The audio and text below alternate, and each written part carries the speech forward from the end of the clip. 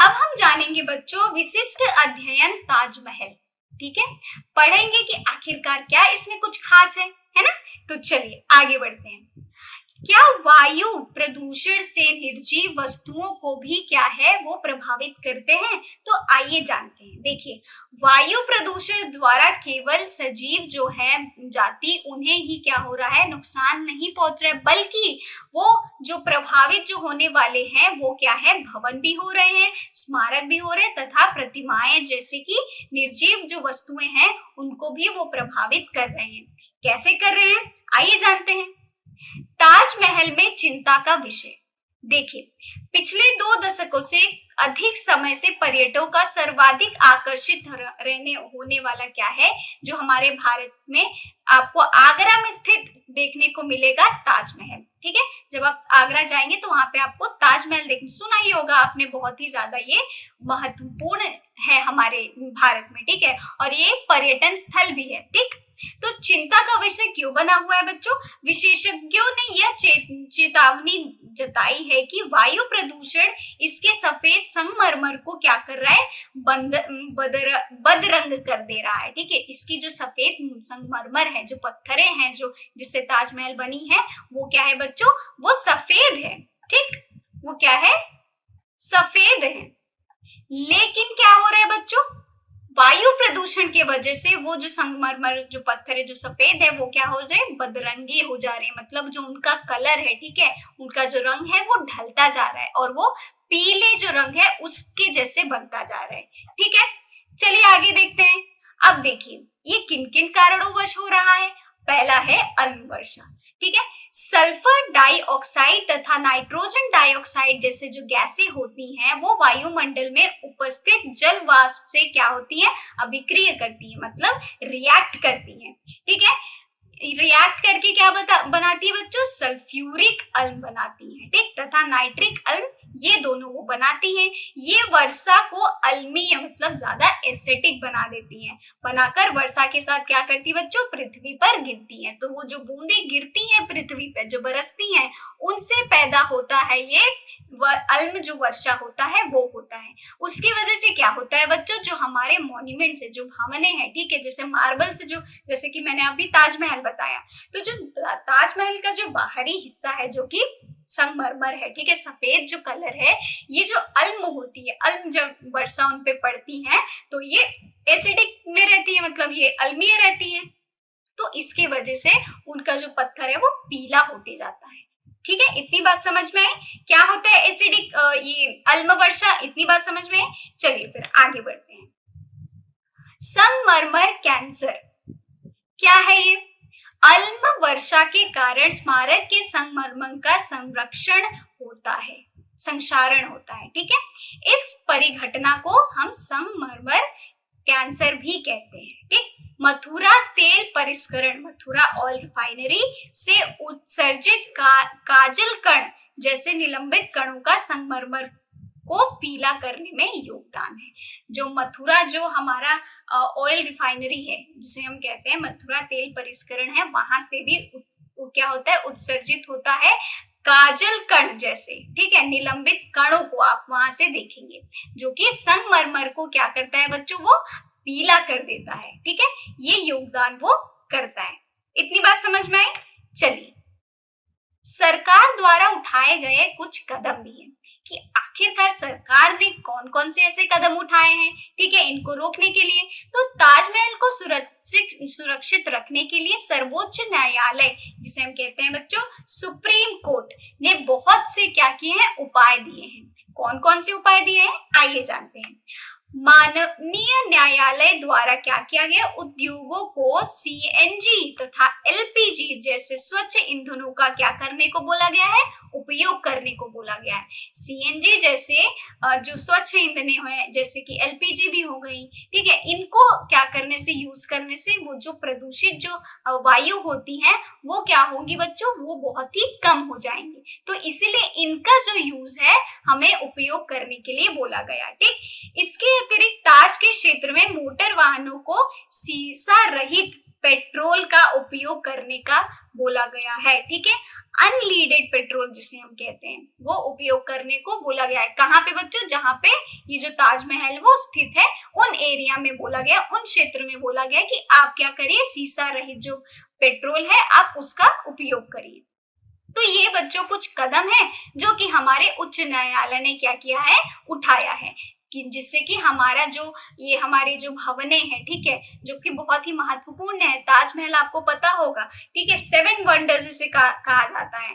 7 wonders में ये एक है हमारा ताजमहल। तो इसको हमें क्या करना है बच्चों, सुरक्षित रखना है, क्योंकि इनके वजह से बाहर के जो लोग आते हैं, जो पर्यटन आते हैं, वो इन्हें देखने के लिए आते हैं। ठीक है, चलिए आगे बढ़ते हैं। फिर अब कुछ क्रियाकलाप कर लेते हैं।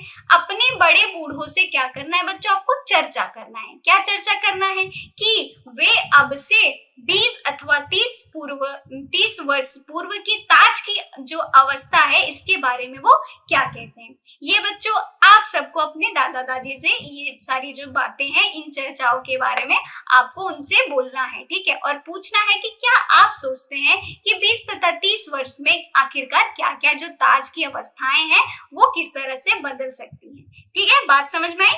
चलिए आगे बढ़ते हैं। पौधा घर प्रभाव जिसे हम कहते हैं अंग्रेजी में ग्रीन हाउस इफेक्ट, क्या होता है वो? चलिए पढ़ते हैं। पृथ्वी जो है कैसे गर्म होती है बच्चों? पृथ्वी जो है वो गर्म होने के लिए भी कुछ कुछ क्रियाएं हैं। ठीक है, कुछ क्रियाएं हैं जिसके वजह से पृथ्वी गर्म होती है। तो आइए देखते हैं कौन सी ऐसी क्रियाएं हैं जो हम कर रहे हैं जिसके वजह से पृथ्वी जो है वो गर्म हो रही है।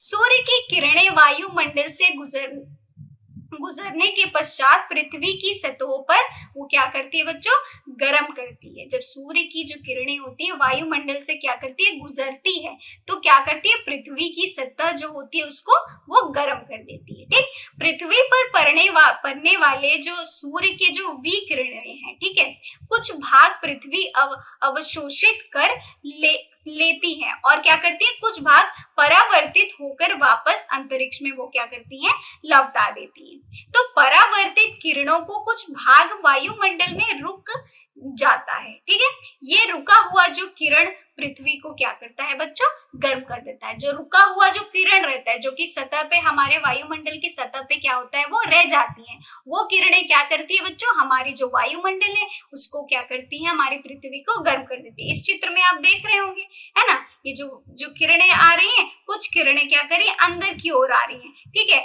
और कुछ किरणें क्या होती है, बाहर की ओर वापस से सूर्य में वो चली जाती हैं। तो जो कुछ जो किरणें हैं जो कि हमारी पृथ्वी की सतह पे वो क्या करती हैं, रह जाती हैं, वो क्या करती हैं, हमारी पृथ्वी को गर्म कर देती हैं। इतनी बात समझ में आई? पौधा घर प्रभाव, आखिर उनसे प्रभाव क्या पड़ता है, आइए जानते हैं। यदि आपने किसी पौधाशाला अथवा अन्य किसी स्थान पर पौधे घर को देखा है तो याद कीजिए कि सूर्य की जो उष्मा जो पौधा घर में प्रवेश कर जाती है तो इससे बाहर वो क्या करती है, नहीं निकल जाती है। आपने अगर देखा होगा पौधाशाला वगैरह में जहाँ पे बहुत सारे पौधे का प्लांटेशन किया जाता है अंदर में, तो आपने देखा होगा कि जब सूर्य की किरणें क्या करती है, उन पे पड़ती हैं, ठीक है, तो वो अंदर की ओर तो चली जाती है लेकिन वो बाहर नहीं निकल पाती। तो जब बाहर नहीं निकल पाती तो वो क्या करती है, वहीं पे रुक जाती है, जिससे कि जो उष्मा होता है वो पौधे में चला जाता है। तो उष्मा पौधा घर को क्या करता है, वो गर्म कर देता है। पृथ्वी के वायुमंडल द्वारा रोके गए विकिरण यही कार्य करते हैं। ठीक है, ये जो रेडिएशन जो रोके गए हैं वो यही कार्य करते हैं, क्या करते हैं, गर्म करते हैं। ठीक है, यही कारण है कि उसे पौधा घर प्रभाव जिसे हम कहते हैं ग्रीन हाउस इफेक्ट कहा जाता है। बात समझ में आई? जो किरणें आती हैं अंदर में वो क्या करती हैं बच्चों, वो अंदर जब आती है तो अंदर ही रह जाती है, बाहर निकल ही नहीं पाती, तो वो क्या कर देती है, वो गर्म कर देती है। तो वो जो गर्म कर देती हैं वो जो रेडिएशन होते हैं, ठीक है, वो यही कार्य करती है। तो इस कार्य को हम कहते हैं बच्चों पौधा घर प्रभाव। बात समझ में आए? चलिए फिर आगे बढ़ते हैं। पौधा घर प्रभाव ये अच्छा है हमारे लिए या बुरा है? आइए जानते कि आखिरकार ये क्या है। इस प्रक्रम के बिना पृथ्वी पर जीवन जो है वो संभव नहीं हो सकता है। ये जो प्रक्रम है बच्चों, इसके बिना जीवन क्या है, संभव नहीं हो रह सकता है। लेकिन अब यह जो प्रक्रम है जीवन के लिए बहुत ही खतरनाक बनते जा रहा है। हमें पता है कि सही मात्रा में हमें क्या है, सूर्य की किरणें जो लेनी है वो आवश्यक भी है। जैसे कि हम किससे किससे ले सकते हैं बच्चों, विटामिन डी, ठीक है। विटामिन जो डी है बच्चों, इससे हमें सूर्य की किरणें प्राप्त होती हैं। तो ये तो अलग सी बात हो गई। लेकिन यहाँ पे क्या बोला जा रहा है, जीवन से संबंधित बोला जा रहा है। इसीलिए मैं आपको बता रही हूँ कि विटामिन डी जो है वो बहुत ही ज्यादा महत्वपूर्ण है। लेकिन आपको पता है कि इसके वजह से क्या हो रहा है, अब जीवन जो है वो खतरे में भी पड़ रहा है ना। क्यों पड़ रहा है? इसके प्रभाव के लिए हमें हवा में CO2 की जो अधिकता है वो देखने को मिल रही है, ठीक है। इसके प्रभाव की वजह से जो कार्बन डाइऑक्साइड है अब ज्यादा मात्रा में हमें देखने को मिल रही है। इसके वजह से क्या है, हम जीवन जी भी नहीं सकते, लेकिन अधिक मात्रा में ये जब रहेंगे हमारे पृथ्वी पर तो इसके वजह से हमारे लिए ही ये नुकसान है। इतनी बात समझ में आई? तो इसलिए हम देखेंगे कि ये जो पौधा जो घर प्रभाव है ये कहीं ना कहीं हमें नुकसान भी पहुंचा रहा है, मतलब ये हानिकारक भी है। समझ में? चलिए, वायुमंडल में CO2 की मात्रा कैसे बढ़ती है, आइए देखते हैं। एक और तो क्या है बच्चों, मानवीय क्रियाकलाप है। क्या है? मानवीय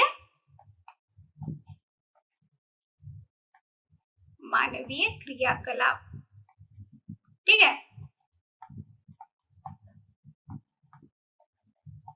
तो एक पहला तो यही हो गया, पहला कारण तो यही है कि CO2 की मात्रा ये क्या कर रहा है बच्चों, बढ़ा रहा है। कि जो इंसान जो कार्य कर रहे हैं, कुछ उनके जो ऐसे ऐसे क्रियाकलाप है वो बढ़ा रहे हैं इसमें CO2 को, है ना। और दूसरा क्या है बच्चों, वातावरण में मोचित हो रही है, ठीक है, किसका, निरंतर CO2 का, ठीक है।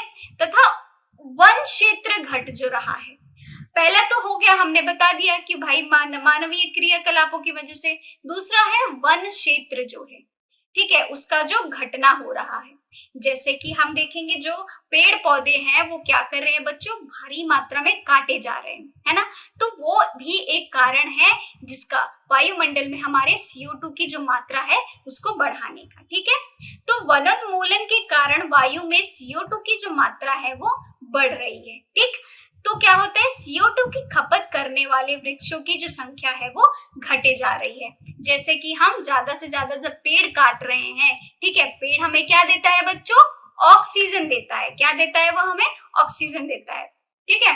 तो इसके वजह से जब हम काटे जा रहे हैं, तो जब पेड़ कट रहा है तो वो क्या कर रहा है, कार्बन डाइऑक्साइड की मात्रा आप देखते होंगे कि वो बहुत ही ज्यादा बढ़ती जा रही है ना। क्योंकि पेड़ हमें क्या देते हैं, ऑक्सीजन, और लेते क्या है बच्चों, कार्बन डाइऑक्साइड। तो जब कोई कार्बन डाइऑक्साइड लेने वाला बचेगा ही नहीं तो कार्बन डाइऑक्साइड क्या होगा, बहुत ही मात्रा में बढ़ ही जाएगा। और ऑक्सीजन जब कोई देने वाला बचेगा ही नहीं तो हम लोग क्या ग्रहण करेंगे अपने अंदर, कार्बन डाइऑक्साइड ग्रहण करेंगे, है ना। तो ये इससे क्या होगा, ये हमारे लिए ही क्या है बच्चों, हानिकारक है। तो इस वजह से जब CO2 की मात्रा बढ़ जाती है तो उसके वजह से आपको ये सारी जो चीजें जैसे ग्लोबल वार्मिंग है, ग्रीन हाउस इफेक्ट, ये सारी चीजें देखने को मिलती हैं। समझ में? इतनी बात आई समझ में? चलिए, विश्व उष्णन मतलब ये क्या होता है, आप इससे क्या समझते हैं। वातावरण में CO2 की जो मात्रा है खतरनाक दर से आपको देखने को मिल रही है कि वो बढ़ रही है, उष्ण को रोक लेती है, ठीक है। ये जो CO2 जो है उसकी मात्रा जो बढ़ रही है आप देख रहे हैं, जो कि क्या करती है, उष्ण को रोक लेती है और उसे वायुमंडल से में जाने नहीं देती है, ठीक है, वायुमंडल में जाने देती ही नहीं। तो क्या होता है, परिणाम स्वरूप वायुमंडल की औसत ताप जो है, जो उसका टेम्परेचर है वो निरंतर वृद्धि उसमें देखने को आपको मिलेगी। तो ये जो वृद्धि देख रहे हैं आप तापमान में, बस बच्चों इसे हम कहते हैं विश्व उष्णन कहा जाता है इन्हें। ठीक है। तो आप देख रहे हैं कि CO2 की जो मात्रा है वो दिन पर दिन बढ़ती जा रही है खतरनाक तरीके से, जो कि उष्मा जो है, ठीक है, उसको क्या करता है, रोक लेता है और उसे वायुमंडल में क्या करता है बच्चों, जाने देता ही नहीं। तो परिणाम स्वरूप क्या देखेंगे हम, वायुमंडल में औसत जो उसका तापमान होता है वो बढ़ जाता है। तो ये जो तापमान बढ़ जाता है, बस इसे हम कहते हैं बच्चों विश्व उष्णन, जिसे हम इंग्लिश में कहते हैं ग्लोबल वार्मिंग। समझ में आई बात? चलिए आगे बढ़ते हैं। पौधा घर गैसें, कौन कौन से ऐसी गैसें जो पौधा घर गैसों में आती हैं? तो पहला है बच्चों मीथेन, ठीक है। मीथेन जो गैस है वो आती है पौधा घर गैसों में। नाइट्रिक ऑक्साइड तथा जल वाष्प जैसी जो गैसें हैं वो क्या करती है, प्रभाव में योगदान करती है। CO2 की भांति इन्हें भी पौधा घर गैसों में हम क्या करते हैं, जोड़ लेते हैं, ठीक है। आइए अब विश्व उष्णन के कुछ परिणाम के बारे में जान लेते हैं। विश्व उष्णन के कारण क्या होता है बच्चों, समुद्र की जो तल होती है उसमें आश्चर्यजनक वृद्धि हो जाती है। आप देखने को मिलता होगा, आपको न्यूज में भी आपने सुना होगा कि भाई इस समय क्या है कि कुछ एरिया में क्या जो बड़े बड़े जो चट्टान है, ठीक है, आइस क्यूब जिसे हम बोलते हैं, ठीक है, वो क्या है बच्चों, अब धीरे धीरे वो लिक्विड में आ रहे हैं, मतलब तरल में आ रहे हैं, और वो क्या करेंगे बच्चों, वो अब लिक्विड में जब आ जाएंगे तो वो क्या करेंगे, बहेंगे, और बहने से क्या होगा बच्चों, फ्लड आएगा, ठीक है, बाढ़ आएगी, जिसकी वजह से हमें ही तकलीफ होगी। तो कई स्थानों पर तटीय प्रदेश जलमग्न हो जाते हैं, ठीक है। विश्व उष्णन के विस्तृत प्रभाव वर्षा प्रतिरूप, ठीक है, रेनफॉल पैटर्न जो है आपको वो भी देखने को मिलेगी, कृषि, वन, पौधे तथा जंतुओं पर हो सकती है। ऐसे क्षेत्रों में जो विश्व उष्णन से क्या हो, आशंकित हो, रहने वाली अधिकांश व्यक्ति एशिया में है, ठीक है। ऐसे जो जगह है, मतलब जो ऐसे जो क्षेत्र हैं जहाँ पे हमको ज्यादातर ये देखने को मिलेगा कि जो समुद्र की तल है वो एक आश्चर्यजनक उनमें वृद्धि हो रही है। तो ऐसे जो क्षेत्र है हमको अधिकतर कहाँ देखने को मिलेंगे, एशिया में देखने को मिलेंगे। समझ में आए आखिरकार क्या होता है विश्व उष्णन का परिणाम? तो चलिए आगे बढ़ते हैं। विश्व उष्णन एक गंभीर संकट है, ठीक है, किस प्रकार है? हाल ही में प्राप्त मौसम परिवर्तन की रिपोर्ट के अनुसार पौधा घर, जैसे कि जो हम कहते हैं ग्रीन हाउस जो गैसेस होते हैं, वर्तमान स्तर तक क्या हो रही है बच्चों, रखने के लिए हमारे पास सीमित समय है। वर्तमान स्तर तक रखने के लिए हमारे पास क्या है, सीमित समय है, अन्यथा शताब्दी के अंत तक 2 डिग्री सेल्सियस तक ताप में वृद्धि हो सकती है, जो कि संकटकारी क्या होगा, स्तर है, ठीक है। तो हाल ही में क्या है बच्चों, हमने मौसम द्वारा ये जो रिपोर्ट प्राप्त की है उनके अनुसार ये है कि जो पौधा जो घर गैसें हैं, ठीक है, जो कि वर्तमान स्तर तक क्या है, रखने के लिए हमारे पास सीमित समय है, ठीक है, अन्यथा क्या होगा, शताब्दी के अंत तक क्या करेंगे, ये 2 डिग्री सेल्सियस में आ जाएंगे, तो वो ताप में वृद्धि कर देंगी, और वृद्धि करने के बाद क्या होगा बच्चों, ये हमारे लिए ही संकटदायक होगा, ठीक है। इतनी बात समझ में आए? चलिए तब आगे बढ़ते हैं। क्योटो प्रोटोकॉल, क्या होता है ये क्योटो प्रोटोकॉल? आइए जानते हैं। विश्व उष्णन विश्वव्यापी सरकारों के लिए विचार का विषय बन गया है ना। सरकार के लिए तो विषय बनेगा ही, क्योंकि बच्चों जब ये बढ़ेगा तो इसके वजह से क्या होगा, हमें ही इससे नुकसान भुगतना पड़ेगा। तो इसीलिए ये क्या कर रहे हैं बच्चों, बहुत से देशों ने पौधा घर गैसों के उत्सर्जन में कमी करने के लिए एक अनुबंध किया है। उन्होंने क्योटो प्रोटोकॉल, ऐसा ही एक समझौता उन्होंने किया है, ठीक है। क्योटो प्रोटोकॉल एक अंतरराष्ट्रीय संधि है जिसे 11 दिसंबर 1997 को क्योटो, मतलब वो जापान में है, जो क्योटो है वो जापान में है, अपनाया गया है, जिसमें कि 16 फरवरी 2005 को वो लागू हुआ था, ठीक है। क्योटो क्या है, वो जापान में है, और ये एक प्रोटोकॉल है, ठीक है, क्योटो एक प्रोटोकॉल है, ठीक है, एक ही ऐसा ये एक समझौता है, जो कि क्योटो प्रोटोकॉल एक अंतरराष्ट्रीय संधि है जिसमें कि 11 दिसंबर 1997 को क्योटो जापान में अपनाया गया था। इस प्रोटोकॉल को क्योटो में अपनाया गया था, जो कि जापान में है, और 16 फरवरी को इसे क्या किया गया था बच्चों, लागू किया था। आई बात इतनी समझ में?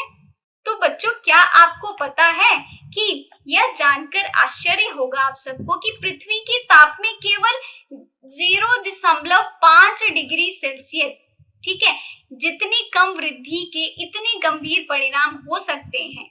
ठीक, हिमालय के गंगोत्री हिमनदी विश्व उष्णन के कारण पिघलना क्या कर दिया बच्चों, उन्होंने आरंभ कर दिया है। ठीक है, 0.5 डिग्री सेल्सियस मतलब 0.5 डिग्री सेल्सियस जितनी क्या हो गई है बच्चों, कम वृद्धि, इतने गंभीर परिणाम हो सकते हैं हमें देखने को मिलेंगे। क्यों? क्योंकि जो पृथ्वी का तापमान है वो तो बढ़ता ही जाएगा। तो क्या होगा, जो ये हमारे पास जो बड़े बड़े जो आइस क्यूब्स है वो क्या होंगे बच्चों, धीरे धीरे वो पानी तो छोड़ेंगे ही, पानी हो जाएंगे, तरल में आ जाएंगे, और जिसके वजह से हिमालय में गंगोत्री जो हिमनदी है उसमें विश्व उष्णन के कारण पिघलना जो है उन्होंने अब धीरे धीरे आरंभ कर ही दिया है। तो सोचो बच्चों ये कितनी ज्यादा गंभीर समस्या है ना। चलिए बच्चों आगे बढ़ते हैं। फिर वायु प्रदूषण को कम करने के लिए हम क्या क्या कर सकते हैं। अभी तक तो हमने ये सारी चीजें पढ़ी कि आखिरकार किन किन वजहों से वायु का जो प्रदूषण है वो हो रहा है। तो अब हम जानेंगे बच्चों कि किन किन वजहों से ये जो हो रहा है, ऐसा हम क्या कर सकते हैं जिससे कि वायु का जो प्रदूषण है वो कम हो पाए। ठीक है, डीजल और पेट्रोल से चलने वाली जो वाहने हैं, निकलने वाली जो धुएं उससे जो निकलती हैं वो वायु प्रदूषण का हमें पता है कारण बनती हैं। तो सीएनजी और सीसा सहित जो पेट्रोल होती हैं, ऐसी जो ईंधने होती हैं, इनका हम क्या कर सकते हैं बच्चों, अपने उपयोग में ला सकते हैं। और जब इनका उपयोग करेंगे हम तो ऑटोमेटिक क्या होगा बच्चों, धीरे धीरे ये जो हार्मफुल जो गैसेस है, जो हानिकारक जो गैसें हैं, धूम्र है, ये कम हो जाएगा। ठीक है, तो ये एक पहला स्टेप हुआ जिससे कि हम वायु प्रदूषण में लागत ला सकते हैं, कमी कर सकते हैं। इतनी बात समझ में आई। चलिए, क्या आपको पता है विद्यालयों में बच्चों द्वारा चलाए गए कुछ अभियान होते हैं जिसमें पटाखों का बहिष्करण जो है वो करने को कहा जाता है।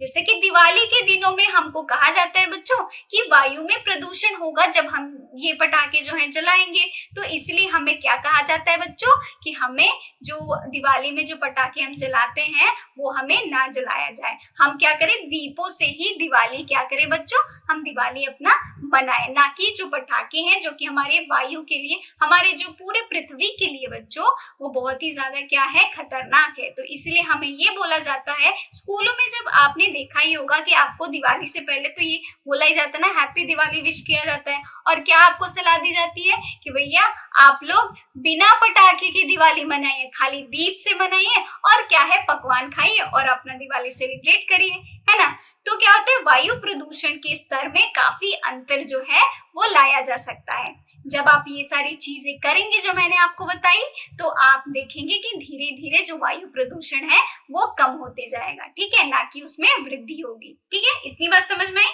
चलिए आगे बढ़ते हैं।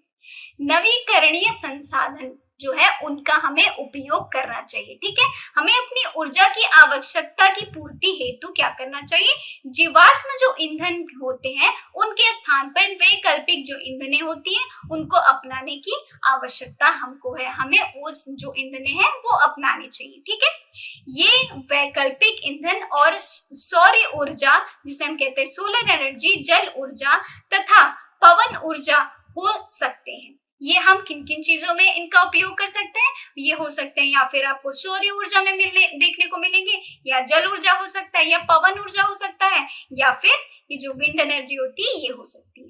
ठीक है, जिसे हम पवन ऊर्जा कहते हैं। समझ में आया। तो हमें क्या करना चाहिए, नवीकरणीय जो संसाधन होते हैं उनका उपयोग करना चाहिए। इतनी बात समझ में आई। चलिए आगे बढ़ते थे। वृक्षारोपण, हमें ज्यादा से ज्यादा क्या करना चाहिए बच्चों, पेड़ लगाने चाहिए। तो आपने देखा होगा अपने स्कूलों में हम क्या मनाते हैं बच्चों, हम क्या मनाते हैं कि जो वृक्ष दिवस भी होता है। आपने देखा होगा जब वृक्ष दिवस जिस दिन होता है, मैं जब स्कूल में थी तो हमारे स्कूल में भी वृक्ष दिवस मनाया जाता था। तो जब वृक्ष दिवस मनाया जाता तो हमारे जो प्रिंसिपल थे वो क्या करते थे, हमारी ग्राउंड जो थी उसमें वृक्ष लगाते थे, 1 2 3 4 पौधा लगा देते थे और हम सब वृक्ष दिवस मनाते थे। और बल्कि हम क्या करते थे बच्चों, परेड अपने स्कूल से बाहर निकालते थे और ऐसे टेम्पलेट्स जो होते हैं, ठीक है, उनको पकड़ के हम ले जाते थे और सबको ये बताते थे कि भैया ज्यादा से ज्यादा प्लांट लगाइए आप, ठीक है, वृक्षारोपण करिए, ठीक है। हमारे थोड़े से योगदान से क्या होगा बच्चों, पृथ्वी को हमारे बहुत ही ज्यादा फायदा होगा। और जब हमारी जो पृथ्वी है वो हरी भरी रहेगी तो ऑटोमेटिक हम भी हरे भरे रहेंगे ही रहेंगे, ठीक है। तो क्या होगा, हम पेड़ लगा सकते हैं तथा पड़ोसी में लगे हुए जो वृक्षारोपण है वो कर सकते हैं। पेड़ लगाने से हवा में क्या होगी बच्चों, CO2 की जो मात्रा है वो कम हो जाएगी। तो कुछ पौधे ऐसे भी होते हैं जो कि हानिकारक रसायनें जो होती है वो भी सोख लेते हैं। तो क्या आप वन महोत्सव के विषय में जानते हैं, जो कि मैंने आपको बताया कि हमारे स्कूलों में वन महोत्सव जो था वो मनाया ही जाता है जब जुलाई माह आता है बच्चों। कब, जुलाई में ये आपको ये जो दिवस है, ठीक है, जुलाई का जो माह होता है, ये जो वन महोत्सव होता है ये आपको जुलाई में देखने को मिलेगा। लाखों वृक्षों का जो रोपित होते हैं, लाखों वृक्ष लगाए जाते हैं उसमें, ठीक है। हमारे स्कूलों में नहीं, लेकिन बहुत बहुत अलग अलग जगहों पे, बहुत सारे स्कूलों में भी, कॉलेजों में भी ये जो वृक्ष जो वन महोत्सव है ये मनाया जाता है और आजकल ये बच्चों काफी प्रचलित है। तो ये हमें करना चाहिए, ये नहीं कि हम खाली उसी दिन मनाइए, हमको अपने रेगुलर जो दिन होते हैं दिनचर्या में भी हमें कहीं ना कहीं ये सोचना चाहिए कि एक अगर हम वृक्ष लगाते हैं तो वो क्या करेगा बच्चों, बहुत सारी चीजों को क्या करेगा, वो बचा सकता है। हमें क्या करेगा, ऑक्सीजन ज्यादा से ज्यादा देगा जिससे कि हम हेल्दी रहेंगे, है ना। और वो पर्यावरण को भी क्या रखेगा बच्चों, वो अच्छा रखेगा, ठीक है, पर्यावरण को भी क्लीन रखेगा। इतनी बात समझ में आई क्या होता है वृक्षारोपण। चलिए फिर आगे बढ़ते हैं। खाद पीट, कंपोस्ट पिट क्या होता है। बगीचे में खाद के गड्ढे जैविक सामग्री को खाद बनाने के लिए सबसे सरल तरीके में से एक है। खाद जैविक सामग्री है जैसे कि खाद्य स्क्रैप, बगीचे का कचरा जिसे कि पौधों को ढकने में मदद करता है। तो उसमें मिट्टी क्या किया जाता है बच्चों, मिलाया जाता है। तो इसमें क्या हमने देखा बच्चों कि जो खराब खाद्य होते हैं, ठीक है, जैसे कि खाद्य कचरा, मतलब मैं समझ लूं कि आपको बताऊं कि जैसे कि आपने देखा होगा कि आपके घरों से जैसे फलों के जो छिकले होते हैं, है ना, और क्या होते हैं, सब्जियों के जो छिकले होते हैं, ठीक है, जैसे बगीचों में भी आपने देखा होगा कई सारे जो पेड़ वेड़ होते हैं, ठीक है, उनके भी क्या होते हैं, कचरे होते हैं। तो इन सबको हमें क्या करना चाहिए बच्चों, कलेक्ट करके, ठीक है, सबको मिला के हमें क्या करना चाहिए, ये सारी जो चीजें होती है पौधों को बढ़ने में ये क्या करती है बच्चों, मदद करती है, ठीक है। तो ये जो सारी चीजें हैं हमको बचा के रखनी चाहिए और जाके क्या है बच्चों, पौधे लगा दीजिए और आप उनमें ये सारी चीजें डाल दीजिए। कुछ दिन के बाद देखेंगे तो ये भी उसमें क्या होंगी बच्चों, डिकम्पोज हो जाएंगी। इतनी बात समझ में, मिट्टी में मिल जाएंगे और उससे पौधा भी बढ़ जाएगा और हम जो कचरा इधर उधर फैलाते हैं वो भी हमारा जो है वो उसमें बच जाएगा। बात समझ में आया। तो चलिए बच्चों, आज की क्लास को करते हैं यही समाप्त। मिलते हैं हम अपनी अगली क्लास में और करेंगे इस चैप्टर को कंप्लीट। तब तक के लिए आप आज जो मैंने आपको पढ़ाया है आप उसको रिवाइज करते रहिए, ठीक है। चलिए बाय बाय।